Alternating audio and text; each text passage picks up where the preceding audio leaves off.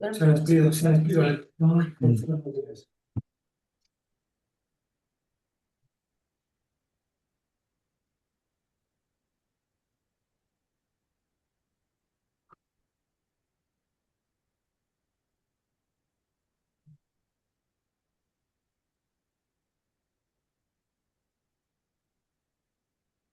Vamos a entrar en vivo, doctor, a las redes sociales del INDECAR. Bien, listo, gracias.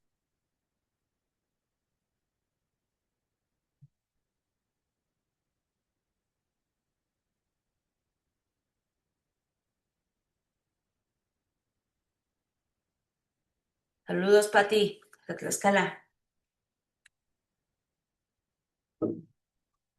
La tecnología no les está jugando.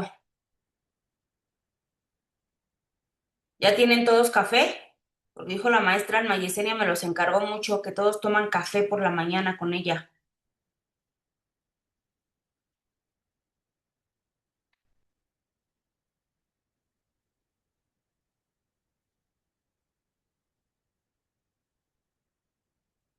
Hola, hola, Betty.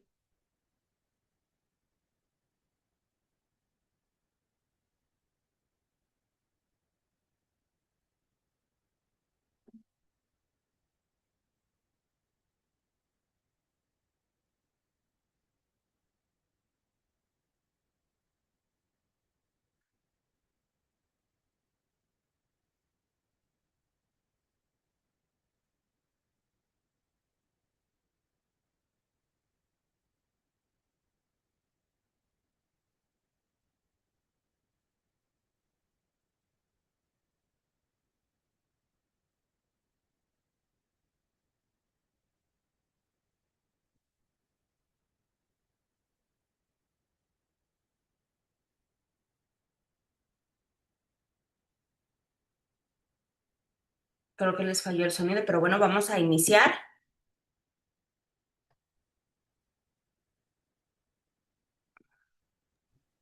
Sí. Gracias. Bueno, pues muy buenos días a todos. Yo soy la maestra Cristina Ortega Camacho, la directora general de INDECAP, y hoy estoy en este programa de Café con Derecho. Como siempre ha estado mi querida amiga Alma Yesenia Peña Hernández, que por actividades laborales y personales no pudo presentarse el día de hoy y que vamos a estar intercalándonos nosotras para estar en este programa con todos ustedes en la mañanita. Y bueno, pues hoy tenemos un gran invitado, de verdad es la primera ocasión que está aquí en Indecac y a mí me llena de mucho orgullo tener a alguien del nivel del maestro Alfonso Jiménez Reyes. Maestro, muy buenos días, ¿cómo está? Muy bien, maestra, muchas gracias. Gracias por la invitación. Gracias a usted, al INDECAJ, al Instituto de Capacitación Jurídica, a mi querido y gran amigo, mi hermano del alma, Pepe Díaz de León, que me abrió la oportunidad de acercarme con usted para intercambiar un poco de ideas y participar activamente con el INDECAJ. Muchas gracias por la oportunidad, querida maestra. No, al contrario, muchísimas gracias. Y él sabe del nivel de usted, del conocimiento, y bueno, todo el mundo sabemos el referente que es el doctor José Díaz de León y que es docente titular importante en el INDECA, pues nada más imagínense que él coordina y diseña el plan académico de nuestra especialidad en proceso constitucional de amparo en materia penal. Entonces, pues para nosotros es muy importante. Y fíjense, hoy tenemos al maestro para hablarnos de un tema súper interesante. Este café nos va a saber diferente, porque creo que él ha hecho cosas que muchos probablemente de nosotros lo hemos pensado hacer, como es el litigar ciertos asuntos ante la Corte Interamericana, pero ahorita lo vamos a ir platicando un poquito. Vamos a hablar el día de hoy de la obligatoriedad de las sentencias de la Corte Interamericana, pero antes me voy a permitir rápido, doctor, deme un minutito, voy a hablarles un poquito de su síntesis curricular. Él es licenciado en Derecho por la Facultad de Derecho de la Universidad Nacional Autónoma de México, cuenta con un máster en Derechos Humanos por la Universidad de Castilla-La Mancha y con maestría en Derecho Electoral por la Escuela Judicial Electoral del Tribunal Electoral del Estado de México. Evidentemente, ha impartido varios talleres y conferencias del sistema interamericano de derechos humanos y de litigio ante el propio sistema interamericano en universidades del país y San José de Costa Rica. Fue profesor de Derecho Internacional Público en la Facultad de Derecho de la UNAM y ha impartido diversas pláticas y conferencias en diversas universidades del país, entre las que destacan la Libre de Derecho de Puebla, la Universidad Iberoamericana de Puebla, la Universidad Anáhuac del Sur y la Universidad La Salle, entre otras. En su oportunidad, el doctor presentó 3 casos a conocimiento de la Comisión Interamericana de Derechos Humanos y un amicus curiae ante la Corte Interamericana de Derechos Humanos en la opinión consultiva OC-19. También fue participante, coach y juez en varios concursos del Sistema Interamericano de Derechos Humanos celebrados en ciudades de San José de Costa Rica y Washington.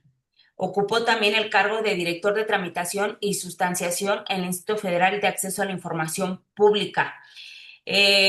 Ocupó durante 2 años los cargos, permítanme, de secretario de Estudio y Cuenta y secretario de Estudio y Cuenta, coordinador de ponencia en Sala Regional en Toluca del Tribunal Electoral del Poder Judicial de la Federación, e impartió distintos módulos de los diplomados de Derechos Humanos y Amparo en la entonces Casa de Cultura Jurídica de la Suprema Corte de Justicia de la Nación en Veracruz. Y bueno, pues actualmente el doctor es profesor en maestrías, doctorados en el Centro de Estudios Carbonell, asimismo es secretario instructor proyectista ante el Tribunal Electoral del Estado de Michoacán y presentó recientemente 3 asuntos ante la Comisión Interamericana de Derechos Humanos sobre la inteligencia artificial y los derechos humanos.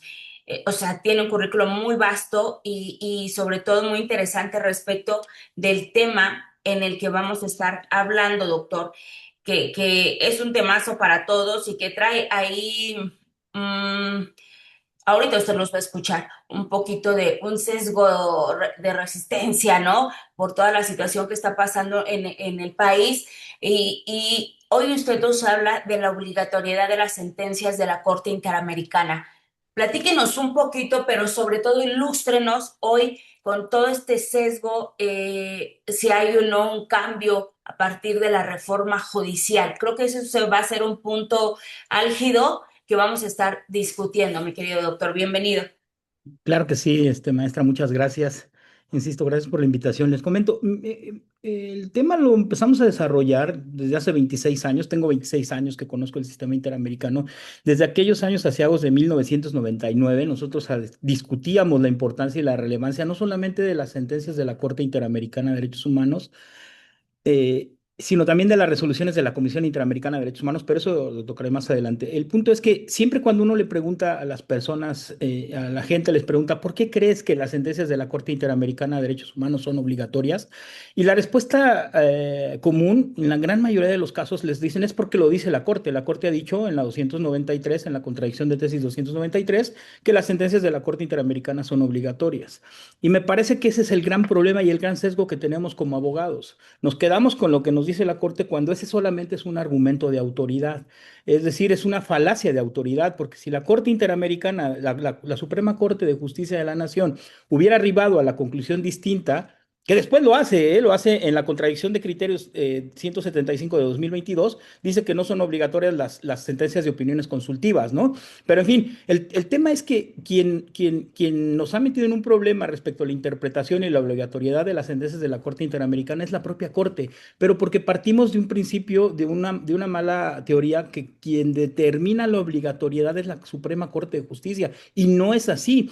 Lo que determina la obligatoriedad de las sentencias de la Corte Interamericana de Derechos Humanos no descansa en lo que diga la Corte sobre esas sentencias, descansa sobre los principios que le informan, es decir, el derecho internacional público, el sistema interamericano de derechos humanos. Si nosotros llegamos a comprender cómo opera el sistema interamericano de derechos humanos, si nosotros profundizamos en su análisis, veremos que la obligatoriedad no descansa necesariamente en lo que diga la Corte, sino más bien en que somos parte de la Convención de Viena sobre Derechos de los Tratados, que establece en su artículo 26 el principio pacta sunt servanda, que establece también el principio de que ningún Estado en el artículo 27 puede oponer cuestiones de derecho interno para cumplir con sus obligaciones internacionales. En fin, lo que yo quiero sostener es que no descansa la obligatoriedad de las sentencias de la Corte Interamericana de Derechos Humanos en lo que diga la Corte, sino más bien en los compromisos internacionales que el Estado mexicano ha asumido frente al sistema interamericano. México, como todos sabemos, es parte del sistema desde 1981, donde opuso dos reservas y una declaración interpretativa y entró en vigor en 1982. En 1998, el 16 de diciembre de 1998, acepta la competencia contenciosa de la Corte Interamericana de Derechos Humanos. Pero en fin, yo creo que el debate hoy en día sobre la obligatoriedad de las sentencias de la Corte Interamericana no puede descansar sobre lo que ha dicho la Corte respecto a esas sentencias por una razón fundamental. Porque la Corte dice una cosa un día y al día siguiente dice lo contrario. Y me explico. En la 912 varios, maestra, nos dijo en aquella ocasión, cuando llega la consulta a trámite respecto del cumplimiento de la sentencia del Radilla Pacheco en 2010, en aquellos años en donde se discutía también la reforma en materia de derechos humanos, la Corte nos dijo que no eran obligatorias más que aquellas en donde México era parte. Y después, en la contradicción de tesis 293 del 2011, nos dijo, no, cambia de criterio. En ese asunto, en la contradicción de tesis, le hacen dos planteamientos fundamentales y son los dos planteamientos que resuelve la Corte. El primero, el orden de prelación entre el derecho internacional y el derecho interno en materia de derechos humanos. Y el segundo, respecto a la obligatoriedad de las sentencias de la Corte Interamericana de Derechos Humanos.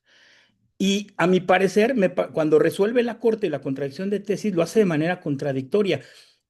Por dos razones. Una, porque va en contra de lo que dice en la primera parte de la 293, va en contra de lo que establece el artículo 27 de la Convención de Viena sobre Derecho de los Tratados.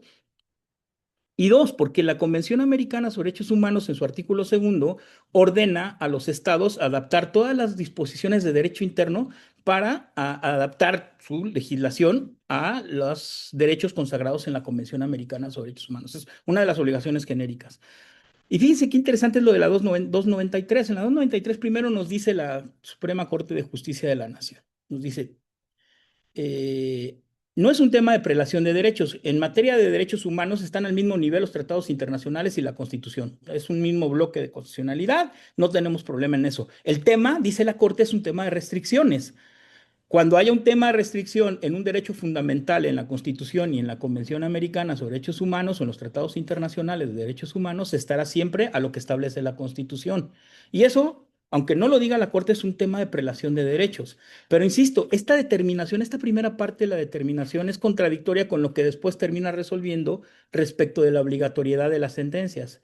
La Suprema Corte de Justicia dice, así de manera tajante, todas las sentencias de la Corte son vinculantes. Hace poco tuve un debate con un amigo y me decía, es que dijo que son vinculantes, no dijo que son obligatorias. Vinculante jurídicamente significa que son obligatorias. Y eso lo dice en el cuerpo de la 293. Son obligatorias. Pero nunca distingue, querida maestra, nunca distingue, queridos compañeros, nunca distingue qué tipo de sentencias son obligatorias.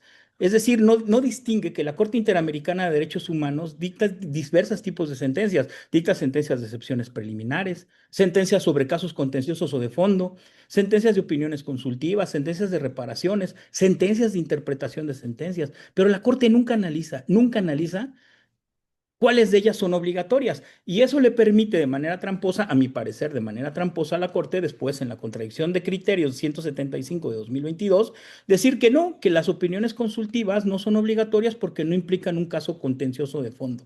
Cuando el propio Estado mexicano ha utilizado las opiniones consultivas en su beneficio. Pero en fin, esa es la razón fundamental. Me parece que justo como usted lo plantea, hoy en día, ante la reforma judicial, ante los criterios que están sacando los tribunales colegiados, los juzgados de distrito, la propia Corte, es de vital importancia, es fundamental para los abogados conocer cómo opera el sistema interamericano. No solamente entender que son obligatorias las sentencias y cuál es la lógica de la obligatoriedad de las sentencias de la Corte Interamericana de Derechos Humanos. No solamente es eso, es conocer profundamente el sistema interamericano de derechos humanos. Y más adelante les daré un ejemplo por qué es tan vital conocer el sistema interamericano y no solamente las resoluciones o sentencias que dicta la Corte Interamericana. Doctor, y fíjese qué interesante lo que acaba de decir. La Corte dice esto, y ya ve, ¿no? Tenemos hasta esta frase tan conocida dentro del ámbito jurídico.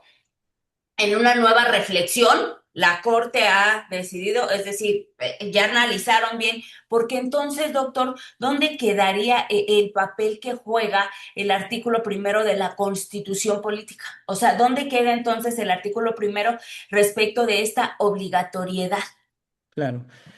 Claro, fíjese que cuando yo leía la primera vez la contradicción de criterios, la 175 de 2022, yo lo llamo, más que cambio de criterio, le llamo el principio chimoltrufio del derecho. Un día dicen una cosa y al día siguiente dicen lo Así contrario. es. Me parece preocupante porque la Corte dice en la 175, en la contradicción de criterios 175 del 2022, dice que ellos nunca señalaron que fueran obligatorias las opiniones consultivas, que se referían a los casos contenciosos, pero cuando uno lee la sentencia de la contradicción de tesis 293 del 2011 nunca hicieron esa distinción. La Corte jamás distingue entre los tipos de sentencia que dicta la Corte Interamericana de Derechos Humanos. Y eso les da pie para permitir decir más adelante que las opiniones consultivas no son obligatorias porque no llevan o no conllevan de fondo el conocimiento de un asunto litigioso. A mí me parece que eso es lo peligroso. Porque además, justo, y fíjese cómo voy a pretender evidenciar la contradicción de la 293. Por un lado nos dice, cuando hay una restricción de derechos en la Constitución y en los tratados internacionales estará la que establece la Constitución. Y por otro lado nos dice, todas las obligaciones, todas las resoluciones de la Corte Interamericana son obligatorias. Yo no creo, más bien no estoy convencido, no es una cuestión de fe, estoy convencidísimo, maestra, que la Corte Interamericana nunca va a resolver un asunto a través de una restricción constitucional de la Constitución Política de los Estados Unidos Mexicanos. Pero insisto, este primer criterio respecto a las restricciones atenta contra lo dispuesto en el artículo 27 de la Convención de Viena sobre Derecho de los Tratados de 1969, que establece claramente que ningún Estado puede oponer cuestiones de derecho interno para el incumplimiento de sus obligaciones internacionales. Pareciera entonces que cuando hay una restricción, y lo estamos viendo ahora con los casos de prisión preventiva oficiosa, es decir, este problema de la 293 lo estamos viviendo actualmente con este tema de los asuntos de prisión preventiva oficiosa. Ustedes lo saben muy bien, la Corte Interamericana en dos asuntos, en Pile y García Rodríguez, sí, bueno, en otro asunto dictó o determinó que tanto el arraigo como la prisión preventiva oficiosa son inconvencionales. Y los jueces Así es. están en un dilema, porque el arraigo y la prisión preventiva están en la Constitución, es una restricción constitucional al derecho a la libertad. Es decir, ¿qué aplico? ¿Aplico el criterio de la 293 respecto a la restricción que es constitucional o aplico la sentencia de la Corte Interamericana, que en la misma sentencia, la Corte Interamericana me dijo que son obligatorias las dos cosas? Entonces hay un problema de qué me obliga, la restricción constitucional en términos de la primera parte de la 293 o lo que resuelve la Corte en los casos de prisión preventiva oficiosa. No lo sé, me parece, en mi posición como un firme comprometido con el sistema, con el derecho internacional de los derechos humanos, debemos de atender a lo que dijo la Corte Interamericana de Derechos Humanos. Pero esa es la terrible disyuntiva que siempre tenemos nosotros como abogados postulantes, ¿no? Que dependemos del criterio del juzgador. Y lo digo con esa palabra, siempre me ha parecido que utilizar este concepto de criterio, que dedicamos, que dependemos de los criterios de los jueces, resulta hasta molesto, resulta hasta ofensivo, porque no deberían de existir criterios personales. Estoy refiriéndome a criterios porque siempre decimos, bueno, dependemos del criterio del juzgador para determinar audiencia porque uno resuelve de tal forma y otro de otra, pero ahí no estaría siendo un criterio, sería siendo, no quiero decir la palabra desconocimiento, falta de aplicación del derecho internacional, y luego cuando te dicen, doctor, es vinculante, no es obligatoria, ¿cómo hacer notar entonces que la palabra vinculante y obligatoriedad Son te lleva sinónimos. a lo mismo? ¿Por qué? Porque aunque sea vinculante, estás obligado a la interpretación pro persona. Que así trata de salvar el tema la Corte con la contradicción de criterios. Mire, maestra, yo soy un firme convencido, enamorado del sistema interamericano desde 1999, un año después de que México acepta la competencia contenciosa de la Corte. Desde aquellos años me di cuenta que había que dar una batalla muy fuerte. Fíjese nada más, empezamos en 1999-2000. No fue hasta 10 años después cuando por fin se puso en la discusión, hasta ese momento, ante los juzgadores y operadores de justicia la necesidad de conocer el sistema interamericano de derechos humanos, cuando la obligatoriedad del sistema no nacía de lo que dijera la Corte respecto del caso Radilla Pacheco o no en su interpretación en el 912 varios del 2010. Nacía, sí, de las obligaciones internacionales que había asumido México frente a la Convención Americana sobre Derechos Humanos y la aceptación de la competencia contenciosa de la Corte y como parte de la Convención de Viena sobre Derecho de los Tratados. Yo sí creo que eso es justo el problema que hoy tenemos frente a la obligatoriedad es que estamos construyendo sobre un argumento que me parece que de entrada es una falacia, porque lo dijo la Corte.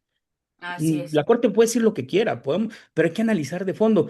Cuando yo leo la contradicción de criterios y reviso las razones por las cuales no son obligatorias las opiniones consultivas, las sentencias de opinión consultiva de la Corte Interamericana, yo no veo ninguna reflexión respecto al derecho internacional, respecto a las fuentes del derecho internacional, respecto al principio pacta sunt servanda de la Convención Americana, de la Convención de Viena sobre Derecho de los Tratados en su artículo 26. Es decir, lo que yo pretendo transmitirles es que no nos quedemos con la discusión, una falsa discusión que nos ha generado la Corte, de si son obligatorias a partir de lo que diga la propia Corte, sino de cómo se construyen esas obligaciones internacionales a partir de que el Estado mexicano es parte del sistema. Y ya con eso trato de Y atender a en tu pregunta. consecuencia, y en consecuencia está obligado al ser parte de ese Ah, sistema, al haber firmado y derivado, como dice usted, ese pacta sunt servanda, se obliga a lo así es. establecido en ese convenio. Por eso también, en mi parecer, las resoluciones de la Comisión Interamericana, que dentro del mismo procedimiento dicta un informe o una resolución de fondo en términos del artículo 51 de la Convención Americana sobre Derechos Humanos, son obligatorias por el principio facta sunt servanda. Y respecto de esas resoluciones, la Suprema Corte de Justicia ha sido consistente en el sentido de que son meras recomendaciones y que no son obligatorias, que sirven como parámetros de interpretación, pero que no son obligatorias cuando cuentan con la misma naturaleza que las resoluciones de la Corte. ¿Cuál es la razón por la que la Comisión Interamericana de Derechos Humanos dicta informes del artículo 51? Porque forman parte del mismo procedimiento. Recordemos un principio básico. El sistema interamericano de derechos humanos no funciona como una cuarta instancia. Es decir, tú tienes que agotar previamente los recursos de jurisdicción interna, pero además, es decir, ese es el principio de subsidiariedad, complementariedad del sistema interamericano. Pero no opera Y como una cuarta. ahí Y ahí quisiera parar un poquito, relájense, vamos a tomarnos tantito café, Ujú. porque ahorita usted habla de que no veamos como esa cuarta instancia, pero aquí es donde viene la parte importante para todos nuestros compañeros. Usted dice, ya habla de que no veamos esa cuarta instancia. A mí me gustaría que comentara un poquito, doctor, que nos compartiera un poquito ese camino que hizo usted para llevar los asuntos a la Corte Interamericana, para litigarlos, porque es importante escuchar a alguien que ya lo hizo, que ya lo llevó, que los está haciendo, porque creo que trae por ahí también otros asuntos ya Ujú. por ahí trabajándose en temas de inteligencia artificial y todo esto. Pero me gustaría que comenzara cómo, qué asunto, digo, sin dar nombres específicos, pero cómo fue el caminito para llevar usted a litigar un asunto a la corte, por favor. Es Claro, que la gran mayoría de los abogados que hoy nos acompañan, pues son abogados postulantes y nos interesa mucho seguir esa secuela procesal. Por favor, claro. doctor. Justo por eso retomo el tema de la importancia de conocer el sistema, porque uno no puede presentar los casos directamente ante la Corte Interamericana. Es decir, no se tiene el jus standing judicio para acudir directamente a la Corte Interamericana de Derechos Humanos. Uno tiene que agotar previamente el camino ante la Comisión Interamericana de Derechos Humanos. Y para eso, querida maestra, hay que tener una calma chicha. ¿Por qué? Que normalmente tienen los penalistas. ¿Y por qué? Porque los procedimientos ante la Comisión, lean las sentencias de la Corte Interamericana, yo no se los invento. Hay sentencias en donde se analiza, se advierte que los procedimientos ante la Comisión Interamericana duran 5, 10 años, 15 años. Bueno, ya para que los estados opongan como excepción preliminar que la tardanza de la comisión en la sustanciación de los procedimientos es porque realmente algo está pasando en la comisión. Hubo un asunto, el caso, se los comento rapidísimo, pero y le contesto a su pregunta, el camino para llevar los casos ante la comisión es parte de un litigio estratégico, sin duda alguna, escoger un asunto particular que sabemos que puede impactar en varios en el ordenamiento jurídico interno. Pero le quiero comentar, fíjese qué importante es, hay un asunto reciente que resolvió hace un par de años la Corte Interamericana, el caso Córdoba contra Paraguay. Es un asunto de un menor que fue llevado en Argentina, fue llevado a Paraguay. se lo llevó su mamá y el papá dejó de verlo. Cuando se lo lleva tenía 6 meses el menor. Cuando resuelve la Corte Interamericana de Derechos Humanos, el niño ya tenía 20 años. 20 años, es decir, el procedimiento primero de agotamiento de los recursos de jurisdicción interna y después el procedimiento ante la comisión y ante la corte les llevó más de 20 años en sustanciarlo. Cuando comparece el menor ante la corte y le pregunta a la corte, oye, ¿tú eres víctima en este procedimiento? Y le dice, no, yo no soy víctima, yo no me considero víctima, es un problema entre mi papá y mi mamá. Yo lo que les quiero decir con esto, los que aspiran a litigar en el sistema, yo amo firmemente el sistema interamericano de derechos humanos, pero también soy uno de sus grandes críticos. He tenido la oportunidad de decirles en Washington, en Costa Rica, que en la casa del herrero se adonde palo, porque la comisión y la corte te imponen, en términos de lo que establece la propia convención, que los operadores de justicia internos, los jueces, resuelvan en un plazo razonable y establece estándares para el plazo razonable. El problema es que la Comisión Interamericana de Derechos Humanos no cumple con esos estándares al momento de conocer y resolver un asunto. Insisto, lo primero que tienes que identificar es que tienes que agotar los ordenamientos jurídicos internos y con eso pretendo contestar muy brevemente a su pregunta. Tienes que establecer una estrategia jurídica, un litigio estratégico de un asunto en particular. En este caso, yo le cito el mío, el nuestro, es un asunto que aparte son muy conocidos recientemente, son de inteligencia artificial. Uno lo resolvió Sala Jalapa, agotamos la instancia ante la Sala Superior y otro lo resolvió la Suprema Corte de Justicia, la entonces segunda sala, ponencia de la magistrada, de la ministra Lenia Batres. Es un asunto donde pedimos el reconocimiento, primero en materia electoral pedimos el reconocimiento de un metahumano, Turing, que se le reconociera la personería como ser, como un ser, y el otro es un asunto en donde pedimos que una obra creada con inteligencia artificial se registrara a nombre de la inteligencia artificial de Turing y que además los derechos económicos generados con esa obra literaria se le otorgaran al creador de Turing. El creador es un querido y gran amigo, Gerald García Báez, él es el actor en los dos juicios, y tenemos otro de ChatGPT, que son los tres que presentamos ante la comisión.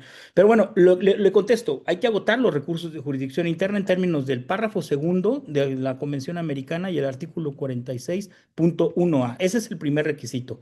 Hay excepciones. Justo esta semana leía la petición de la reforma judicial, la petición que presentaron varios jueces, que ex jueces, pues, y ex magistrados, que presentaron en la Comisión Interamericana de Derechos Humanos, y ellos oponen como excepción preliminar, como excepción, perdón, como excepción, dicen, yo no agoté los recursos de jurisdicción interna porque no existen. ¿Y por qué lo ponen así? Porque el artículo 46.2 de la Convención Americana establece tres excepciones al previo agotamiento de recursos de jurisdicción interna. Una de ellas es que no existan los recursos y justo los que hacen la petición ante la Comisión Interamericana de Derechos Humanos alegan que se actualice una excepción que está establecida en la Convención Americana. Pero lo primero es enfocarte que tienes que agotar los recursos de jurisdicción interna. Ese es el primer requisito. La petición debes de presentarla dentro de los 6 meses posteriores en términos del artículo 46.1b. Debes cumplir con ciertos requisitos formales y que no haya un litigio pendiente ante otro órgano internacional. Pero bueno, podemos analizarlo con calma. El tema es que lo primero es que debes reconocer que el asunto lo primero tiene que pasar por la Comisión Interamericana de Derechos Humanos, que puede tardar bastantes años, ¿eh? Ahorita, por ejemplo, el de la reforma judicial lleva 2 años, está contestando el Estado mexicano la petición, están juntando la información en la Secretaría de Relaciones Exteriores para darle respuesta a la petición respecto de la violación a la independencia y autonomía judicial en términos de la petición que presentaron varios ex jueces y varios ex magistrados. Gracias, doctor. Y una vez agotado esto, dice usted, hay que agotar todos los procedimientos internos, pero también recuerdo que mencionó que tenemos que estar nosotros como abogados, no recuerdo la palabra que dijo, tenemos que tener para poder litigar los asuntos en la Corte Interamericana. No recuerdo la palabra que dijo. Tenemos, ay, no recuerdo, pero ¿Se requiere algún requisito aparte de ah, ser abogados para No, no, no, poder... no, no, no, no, y ese es justo, ese es todo un tema actual. El tema del sistema interamericano no es un debate entre abogados, no es un tema exclusivo de abogados, es decir, es un tema interseccional, me parece que en donde pueden participar cualquier persona. Es decir, en términos del artículo 44 de la Convención Americana, cualquier persona, grupo de personas o entidad no gubernamental puede presentar una petición ante la Comisión Interamericana de Derechos Humanos. Es más, esas peticiones las presentas por internet. Nosotros presentamos las peticiones por Internet. Actualmente estamos pidiendo una audiencia temática ante la Comisión Interamericana de Derechos Humanos en materia de inteligencia artificial. Este, pero previamente tuvimos que agotar los ordenamientos jurídicos internos. Fíjese qué interesante, porque nosotros en las tres peticiones que acabamos de presentar en Washington, alegamos dos cosas. Agotamos las cadenas, los medios de impugnación que creímos que eran los conducentes para poder agotar los recursos de jurisdicción interna en términos de lo que establece la convención. Pero también opera la excepción de previo agotamiento, o sea, no tenía que agotarlos porque no existe ningún recurso que me repare ese derecho, ¿me explico? Puedo acudir directamente ante la comisión si no existe el medio de impugnación que me garantice, porque la Corte Interamericana de Derechos Humanos ha dicho, interpretando este artículo 46.1a de la Convención Americana sobre Derechos Humanos, ha dicho cuáles son los recursos que yo tengo que agotar. Y dice la Corte Interamericana desde los tres primeros casos contenciosos contra Honduras, que son aquellos recursos adecuados y efectivos. Y dice que por adecuado se entiende aquel idóneo para proteger la situación jurídica infringida y efectivo aquel capaz de producir el resultado para el cual fue concebido. Y eso es súper importante porque miren, en los tres casos contra Honduras, lo pongo como ejemplo muy claro. Honduras dijo, opera la excepción de previo agotamiento porque ustedes no agotaron todos los recursos de jurisdicción interna, les faltó agotar la desaparición, la declaración de ausencia. Y la Corte Interamericana de Derechos Humanos le responde o atiende la excepción y la desestima sobre la base de que debe de agotar aquellos que sean adecuados y efectivos. La declaración de ausencia no tiene nada que ver con el delito que se impugnaba o que se alegaba, el derecho que se había violado. Eran temas de desaparición forzada de personas. Y dice la Corte Interamericana, en materia de desaparición forzada de personas, la declaración de ausencia no es un recurso ni adecuado ni efectivo, porque el recurso adecuado y efectivo a que se refiere el artículo octavo de la Convención en materia de desaparición forzada de personas es el amparo, lo que don Fixa Muyo llamaba el amparo libertad. Pero la declaración de ausencia tiene otra naturaleza, no tiene por qué agotarlos, ¿me explico? Es decir, lo que hay que saber es identificar cuáles son aquellos recursos que tengo que agotar, que tienen esas características de ser adecuados y efectivos para que yo agote esas instancias y pueda someter el caso a conocimiento de de la Comisión Interamericana de Derechos Humanos. Muy bien, doctor. No sé, Adrián, Nayeli, vamos a tener un pequeño cortecito. Ustedes indíquenme.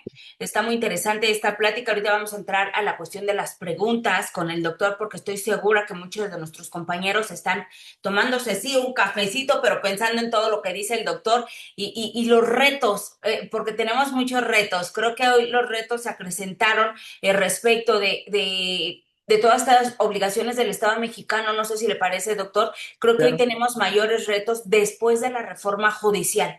Los retos para que el Estado mexicano realmente cumpla con esas sentencias de las cuales él se comprometió, ¿no? Entonces, Claro. vamos a continuar, Nayeli, Adrián.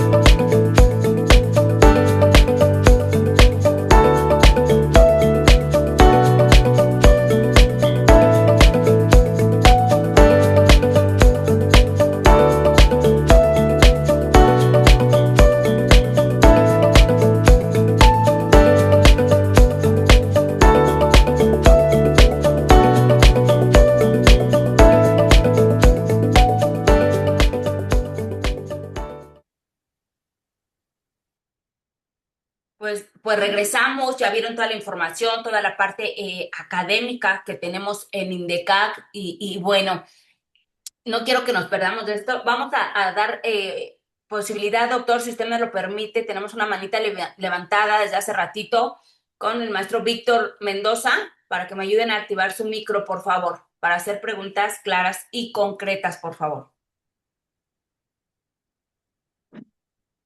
Creo que puede activar su micro, maestro. Sí, claro, sí. ¿Qué tal, doctor? Buenos días, maestra, gracias.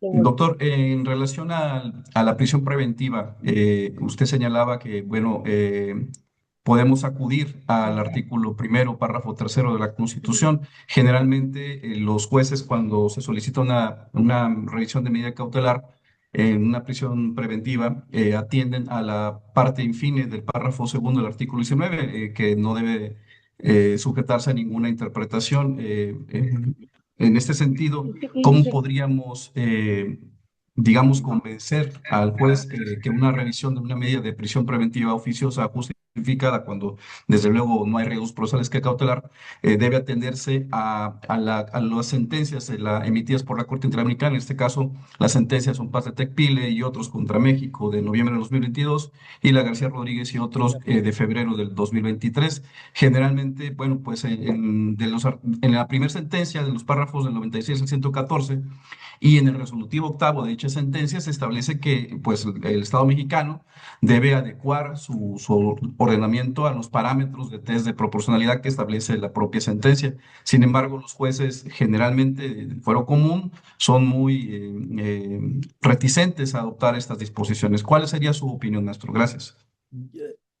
Gracias por tu pregunta, Víctor. Mira, me parece súper relevante lo que me preguntas, porque esa es la lucha que hemos dado durante muchos años. Sin duda alguna, de repente sientes desánimo porque por más que se lo planteas, oye, es que no solamente porque lo dijo la Corte Interamericana de Derechos Humanos, sino porque el artículo 27, y lo dice la Corte, en el artículo, creo que es el párrafo 96 de la Zombala Tecpile, dice claramente, los estados no pueden oponer como una cuestión de incumplimientos, obligaciones internacionales, su derecho interno.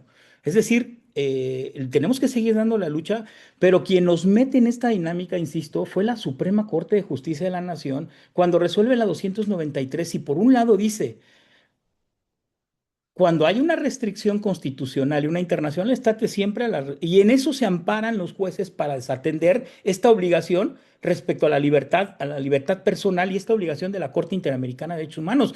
Pero tú mismo, Suprema Corte de Justicia, en la 293, dijiste que todas las sentencias que dicte la Corte Interamericana de Derechos Humanos son obligatorias. Sí, sin duda es un problema en el tema del convencimiento de los jueces porque ya por ahí vi que hubo un procedimiento sancionatorio, un juez que se aventó a decir que aplicaba la sentencia de la Corte Interamericana de Derechos Humanos y desatendía la restricción constitucional, ¿no? Yo creo que hay que seguir dando la batalla, hay que seguir justo donde estamos parados hoy con esta reforma judicial y con estos jueces, perdón, como yo los llamo los jueces del bienestar. Hay que dar la batalla y acreditar que nos asiste la razón, insisto, no solamente porque lo diga la Suprema Corte de Justicia de la Nación, cuando usted, perdón, la Corte Interamericana de Derechos Humanos, como cuando tú lees la sentencia de la Corte Interamericana, te da razones del derecho internacional, justo ese es mi argumento. Mi argumento no es porque lo diga la Corte o la Corte Interamericana, sino porque frente a las obligaciones internacionales que tú asumiste siendo parte de la Convención de Viena sobre Derecho de los Tratados, el Pacto Internacional de Derechos Civiles y Políticos de 1966, la Convención Americana sobre Derechos Humanos, tú aceptaste la competencia contenciosa de la Corte, es obligatorio que cumplas con las sentencias. Pero insisto, quien nos ha metido en este brete y en esta dinámica contradictoria es la propia Corte que ha sido inconsistente en sus criterios. En la misma sentencia, les decía y reitero, en la misma sentencia de la 293, dice dos cosas distintas. Por un lado, aplica una restricción constitucional, pero cumple con todas las sentencias, pero son obligatorias todas las sentencias. Decía la maestra Cristina y lo decía muy bien. Hay una trampa por ahí verbal de algunos abogados que dicen, es que dice que es vinculante, que no es obligatoria. Vinculante y obligatoria son sinónimos, vinculante jurídicamente son sinónimos, son obligatorias. Y en el cuerpo de la 293 en varias partes habla de la obligatoriedad de las sentencias, porque estaba cambiando el criterio respecto de la 912, en donde sostuvo la Corte En la 912 varios del 2010 sostuvo que solamente aquellas en las que México era parte, y acá cambia el criterio. Por eso les digo, la 293 es inconsistente. Víctor, yo lo que te recomiendo es que sigamos dando la batalla, es decir, tratando de convencer a los jueces. Creo que pronto la Corte tendrá que tomar una decisión respecto de qué criterio deberá permear. Viene un momento crítico a partir de la posición que el Estado mexicano asuma frente al sistema interamericano. Recuerden que recientemente la Corte Interamericana resolvió el caso de la indígena Ernestina Asensio. ¿Recuerdan el debate que se generó alrededor del caso de Ernestina Asensio? Los del gobierno actual diciendo, no, no es un problema de responsabilidad de este gobierno. Fue en el gobierno de Calderón donde violaron en Veracruz a la indígena Ernestina Asensio. Es decir, hay un argumento sistemático, una voluntad de evadir las responsabilidades internacionales por parte del actual Estado que hoy ocupa la posición de gobierno, de responsabilidades frente a estos derechos humanos en los instrumentos internacionales. Pero hay que dar la batalla. En 1999-2000, yo empecé a ser abogado postulante por allá del 2003, 2004. Y tú le citabas a los jueces, Víctor, le citabas, te ves muy joven, no creo que estabas muy joven para aquellos años. Tú le citabas casos de la Comisión Interamericana, casos de la Corte Interamericana de Derechos Humanos, se burlaban de ti, no decían nada en las sentencias. Es decir, dimos una batalla muy ardua durante muchos años y eran muy pocos los jueces que tomaban en cuenta los criterios. Hace poco vi una sentencia, el caso Mini Numa de 2007, donde ya se discutía la obligatoriedad de los tratados internacionales. ¿Han oído hablar del caso Mini Numa? Es un asunto de derechos económicos, sociales y culturales. En ese asunto Mini Numa, en 2007, un juez valiente dijo, las obligaciones internacionales que ha asumido el Estado mexicano frente a estos tratados de derechos humanos me obligan. Y no solamente en materia de derechos civiles y políticos, también en materia de derechos económicos, sociales y culturales. E hizo justiciable este juez valiente el derecho a la salud. En 2007, cuando apenas eran incipientes las discusiones de la justiciabilidad de los derechos económicos, sociales y culturales. Víctor, ¿qué te puedo decir yo? Que demos la batalla y tratemos de convencer a los jueces que nos asisten la razón, pero no solo a partir de lo que diga la Corte Interamericana, que insisto, es importantísimo. Veamos que ella construye sobre la base de los tratados internacionales que le dan sustento a las obligaciones internacionales, el derecho internacional. Veamos cuáles son las fuentes del derecho internacional, cuáles son los principios que informan el derecho internacional de los derechos humanos. Cuando uno les pregunta a los abogados cuáles son las fuentes del derecho internacional, no te las saben decir. Esos son principios básicos que tenemos que conocer de mano para poder sustentar la obligatoriedad de esa sentencia frente a los órganos internos. ¿Me explico, Víctor? Si no solamente nos quedemos en la argumentación con el, ya lo dijo la Corte Interamericana. No, no, no, no, construyamos, porque además eso hace la Corte Interamericana. Tú citaste muy bien esos párrafos del 96, 97, por ahí está una parte sustantiva de esta determinación. Del Más adelante 96 en al el 140 hay 114, otros más. sí, sí. Maestro, Pero bueno, están construidas sobre la base de estos principios que rigen el derecho internacional de los derechos humanos, querido Víctor. Pero por eso me parece que es importante. Pero no hay que desanimarse. Nosotros dimos una batalla durante 10 años, de 1999 al 2010, para evidenciar que era obligatoria, sin necesidad de que lo dijera la Corte. Cuando la Suprema Corte discutía la 912 del 2010 varios, yo sostenía en aquellos años que era intrascendente lo que dijera la Corte respecto a la obligatoriedad de la Convención y de la sentencia de la Corte Interamericana. La obligatoriedad no descansaba en lo que resolviera la Corte, porque si la Corte hubiera dicho que no era obligatoria, de todos modos tenía una naturaleza obligatoria a partir de las obligaciones internacionales que había asumido el Estado mexicano frente a esos instrumentos internacionales en materia de derechos humanos. sí, doctor, y bueno, entiendo que las sentencias son Paz Tecpil y la García Rodríguez no son opiniones técnicas consultivas, son sentencias derivadas de asuntos Claro, contenciosos, ¿no? claro. Y bueno, la diferencia entre vinculante, que ya lo estableció usted perfectamente, es un sinónimo de obligatoriedad. Las otras sentencias solamente son orientadoras, como por ejemplo las que emite el Tribunal Europeo, ¿no? Claro, no, pero yo aún ahí yo creo que son obligatorias en términos de que son parte de las sentencias que dicta la Corte Interamericana. Efectivamente, como ya les había dicho, en la contradicción de criterio 175 del 2022, la Corte de hecho da un paso atrás y dice las opiniones consultivas no son obligatorias. México que había solicitado la emisión de la opinión consultiva 16, ¿conocen la opinión consultiva 16? Es un asunto paradigmático respecto de la asistencia consular, el derecho de asistencia consular contenido en el artículo 36.1b de la Convención de Viena sobre Relaciones Consulares de 1963. México en esa opinión consultiva le solicita a la a la Corte Interamericana que interprete si en el artículo 36.1b de la Convención Americana, de la Convención de Viena sobre Relaciones Consulares había una garantía del debido proceso legal en la asistencia consular. Bueno, esa opinión consultiva que solicitó México y que dicta la Corte Interamericana diciendo que sí reconoce una garantía del debido proceso legal en la asistencia consular, después fue base fundamental para los asuntos para el asunto Baena, para el caso Avena, perdón, de México contra Estados Unidos, para que reconociera la Corte Internacional de Justicia que en los casos de los mexicanos sentenciados a la pena de muerte en Estados Unidos, se les había violado la garantía de debido proceso legal porque no se les dio la asistencia consular. Es decir, me explico, Víctor, lo que te pretendo decir es, en las opiniones consultivas surte, aunque no haya un caso contencioso de fondo como lo sostiene en la 175 de 2022 la Corte, sí hay criterios que interpretan y es el mismo sentido que lleva a cabo la misma función que lleva a cabo la Corte Interamericana en un asunto contencioso, una interpretación del alcance de los derechos contenidos en la Convención Americana sobre Derechos Humanos. O sea, a mi parecer son obligatorias. Es más, yo iría todavía más allá. No solamente son obligatorias las resoluciones de la Corte, las de la en la Comisión Interamericana de Derechos Humanos van a encontrar criterios súper relevantes en materia de derechos humanos.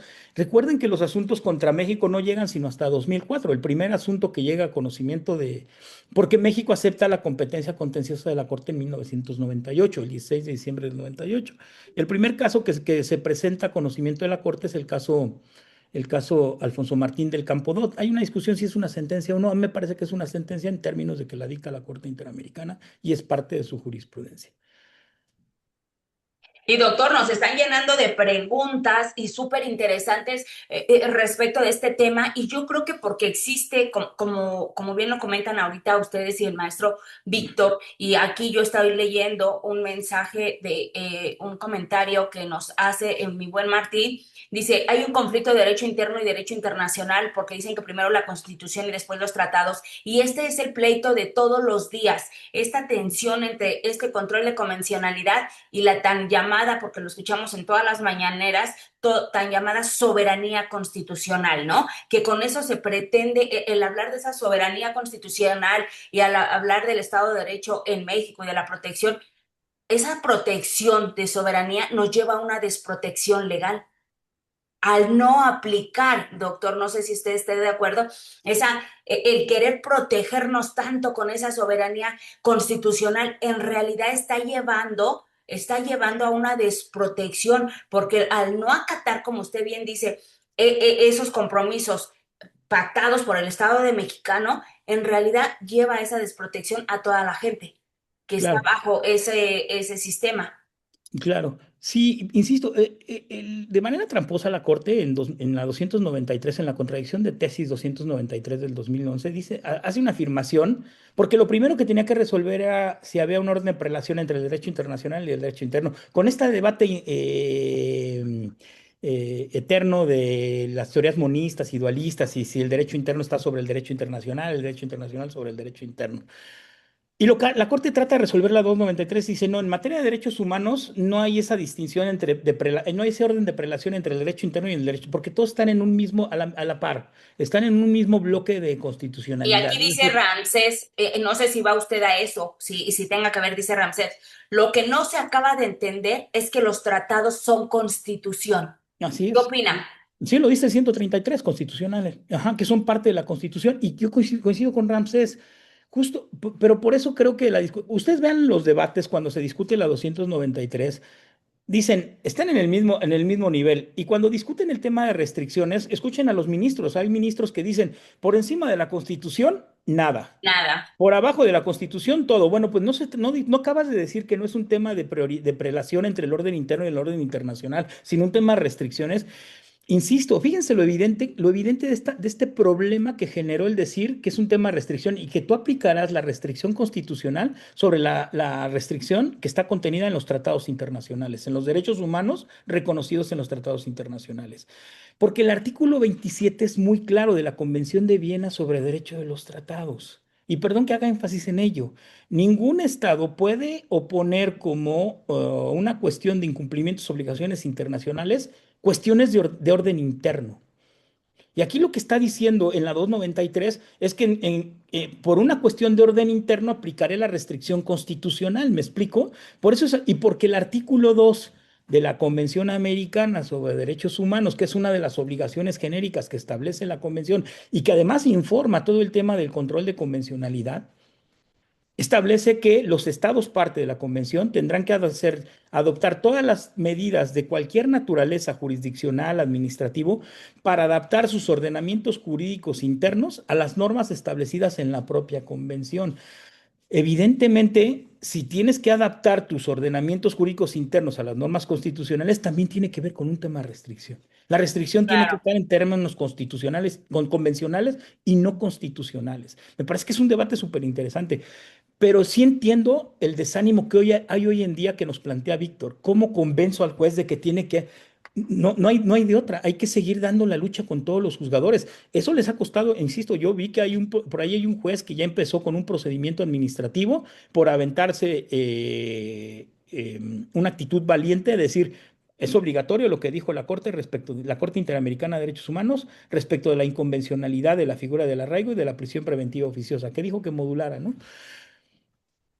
Pero eso es lo que tenemos que hacer, dar la lucha, dar la batalla para decir que los criterios, pero no solamente con argumentos dogmáticos o con argumentos de autoridad. Como bien dice Víctor, construyamos sobre la base de los principios. Por eso es importantísimo conocer el sistema interamericano de derechos humanos, saber cómo puedo llevar a conocimiento un caso ante la Corte Interamericana. Yo no puedo. Cuando oyes a los abogados decir, voy a llevar el caso ante la Corte Interamericana de Derechos Humanos, no se puede. Tienes que agotar los ordenamientos jurídicos internos y primero pasar por el procedimiento ante la Corte. Miren, ese experimento ya lo llevó a cabo el Sistema Europeo de Derechos Humanos, que fue el primero que se creó en 1959 con la Carta Europea de Derechos Humanos. Y en 1998, el 16 de diciembre de 1998, casualmente coincide con la fecha de la aceptación de la competencia contenciosa de la Corte Interamericana por parte de México, en el sistema europeo desaparece la Comisión Interamericana, Comisión Europea, perdón, de Derechos Humanos. Y se otorga a los ciudadanos europeos el jus standi iudicio, es decir, allá en Europa sí puedes acudir a presentar una denuncia directa, una petición ante la propia Corte Europea de Derechos Humanos. Acá no. Acá tienes que pasar ante el sistema y tienes que conocer cuáles son las etapas del procedimiento. Y esa parte es vital. Fíjense qué importante es conocer el sistema interamericano, que justo por conocer el sistema interamericano cómo opera, fue que salió libre Alfonso Martín del Campo Dodo en el primer caso que conoció la Suprema Corte, la Corte Interamericana contra México, una vez que aceptó la competencia contenciosa de la Corte. Un querido amigo que fue mi alumno por allá del 2000, 2001, fuimos juntos a Washington, fue mi alumno en los talleres. No estoy diciendo que por haber pasado por mis talleres es brillante, él tiene una naturaleza brillante, se llama Sergio Méndez Silva, después de que la Corte Interamericana de Derechos Humanos en el caso Alfonso Martín del Campo Dot declaró incompetente en razón del tiempo. Recuerden que en el Alfonso Martín del Campo Dot, la Corte Interamericana se declara incompetente en razón del tiempo, porque los hechos del caso Alfonso Martín del Campo Dot suceden el 30 de mayo de 1992. Y México acepta la competencia hasta 1998. Lo que la Comisión Interamericana de Derechos Humanos y los peticionarios, en ese momento, ACAT, la Asociación Cristiana para Abolir la Tortura, sostenían, es que si bien es cierto que la tortura no es un delito continuado, los efectos de la tortura se mantenían en el tiempo. Pero fíjense lo importante de conocer el sistema interamericano. La Corte dice no, es un delito de carácter instantáneo y no, por lo tanto, no somos competentes y se declara incompetente en razón del tiempo. Y resuelve, y la gente dice, pues ya resolvió, ya no hay instancia. Sergio Méndez Silva lo que resolvió, lo que analizó fue, oye, y eso pasa si tú conoces el sistema interamericano de derechos humanos. A ver, si no pudo dictar una sentencia de fondo, entonces puedo regresar el caso a la Comisión Interamericana que se quedó en un informe del artículo 50 y puede dictar, ahora sí, un informe definitivo del artículo 51 de la Convención Americana sobre Derechos Humanos. Y eso fue lo que pasó. Cuando ustedes analizan el caso de Alfonso Martín del Campo Dodo en la Suprema Corte de Justicia, tres fueron las razones por las que sale libre, tres principalmente, tres pruebas. El informe del artículo 51 que dicta una vez que se declara incompetente la Corte, la Comisión Interamericana de Derechos Humanos, el informe de la Comisión de Derechos Humanos del entonces Distrito Federal y unos peritajes que se hicieron en términos del Protocolo de Estambul. Pero eso solamente lo haces cuando conoces el sistema interamericano de derechos humanos. Concluyo nada más ¿recuerdan recientemente que salió un diputado a decir que acababan de aceptar la petición respecto a la reforma judicial en la Corte Interamericana de Derechos Humanos? Es un caso interesantísimo porque yo me metí en un debate con varios abogados al respecto. La verdad es que es una estrategia que me parece válida, no estoy tan convencido de ella, pero me parece que es bueno intentarla. ¿Qué fue lo que hicieron los abogados en tres casos particulares? En el caso Rosendo Cantú, en el caso Radilla Pacheco y en otro creo que es no me acuerdo cuál es, el González Ortega, no recuerdo cuál es. En esos tres presentaron un escrito que la Corte reconoció como de amicus curiae diciendo, oye, el Estado mexicano está incumpliendo con estas cinco reformas constitucionales, entre ellas la reforma judicial, la reforma militar, la de la Guardia Nacional y otras, son cinco reformas constitucionales, está incumpliendo con las obligaciones que le impusiste en esas tres sentencias. Y la Corte Interamericana en febrero, recientemente, el mes pasado, dice, te tengo por presentado, te tengo por presentada tu escrito de amicus curiae y le doy vista en términos del Acuerdo 1 del 2019 al Estado para que manifieste lo que a su derecho convenga. Mucha gente pensó que habían presentado la petición ante la Corte Interamericana de Derechos Humanos, pero como ya les dije, no se puede presentar la petición directamente ante la Corte Interamericana.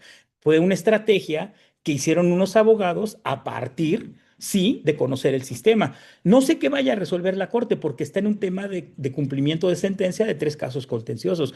Yo espero, la verdad es que yo esperaría, me daría mucho gusto que la determinación respecto de ese incumplimiento fuera favorable y determinar alguna inconvencionalidad de la reforma judicial. No estoy tan convencido porque ya hay una petición ante la Comisión Interamericana de Derechos Humanos respecto a la inconvencionalidad de la reforma. Entonces, pero me parece una buena estrategia jurídica. Eso solamente lo hace quien conoce el sistema interamericano de derechos humanos y no se queda con el tema de que la Corte dijo que son obligatorias estas y estas no son obligatorias, ¿no?